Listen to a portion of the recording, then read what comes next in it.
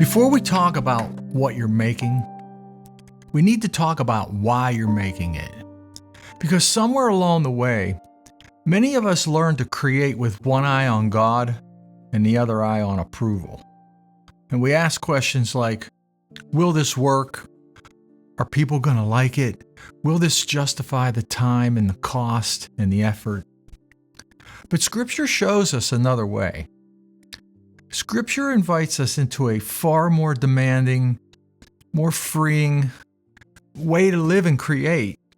St. Paul writes in Colossians 3:23, "Whatever you do, work at it with all your heart as if you're working for the Lord and not for men." I mean, get that, as if you're working for God. He's your boss. That line doesn't just sanctify the work. It reorders the whole authority. It tells us who our audience actually is, too. When something is done for the Lord, the usual calculations fall apart. See, budget loses its power, metrics lose their voice, fear loses its leverage. But an offering is not negotiated, it's given. In Scripture, offerings were never meant to evaluate by size, polish, or reception. They were judged by the heart that brought them.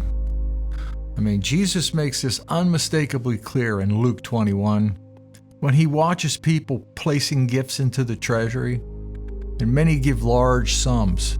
But he draws attention to a poor widow who gives 2 small coins. And then he says, this poor widow has put in more than all the rest. Why? Because she gave everything.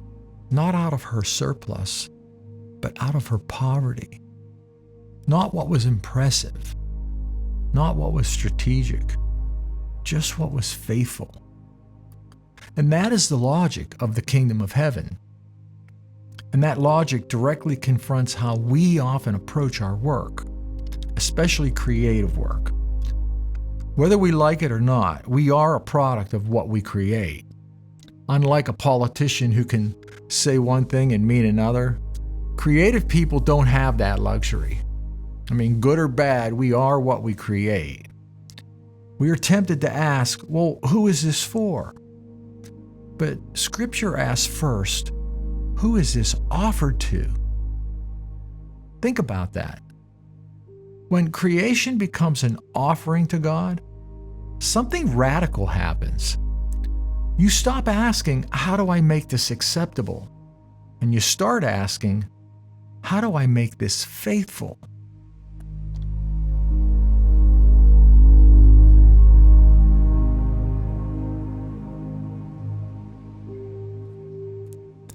You stop revising out of fear, and you stop editing for approval. You stop compromising for the reach or for views. Not because of excellence no longer matters, but because excellence is now rooted in love, not anxiety. This is why devotion produces a higher kind of work. When something is made out of love for God, it carries integrity. You know, what is seen when no one is looking? It carries coherence, how it shapes and holds you in place. It carries peace, and nothing added for applaud can ever improve upon that. No human praise can touch the unmistakable knowledge, not even belief, that God sees and accepts.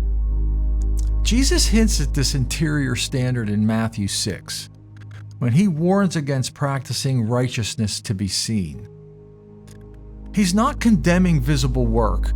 He's condemning divided attention. Think about that. He's not condemning visible work, the things that we're doing. He's condemning when we want validation instead of it being an offering, our divided attention. See, a heart split between God and validation is unstable. I know something about this firsthand because, well, this was my motto for the longest time. I had this inert need to want things to be validated, so I knew that I was on the right track. But when I offered my whole heart wholly to God, something crazy happened.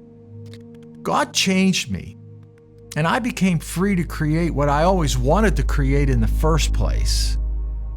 And this is where creation becomes prayer. But it's even more than that. It becomes an invocation rooted deeply in ritual and faith.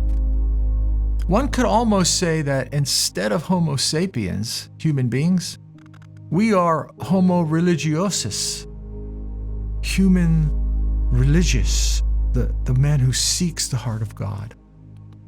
Defined by what our inherent drive toward the sacred and the transcendent. Not metamorphically, actually.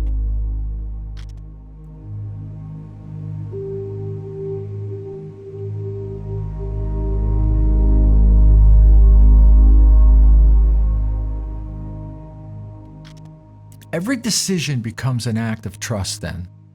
Every limit becomes an invitation to obedience.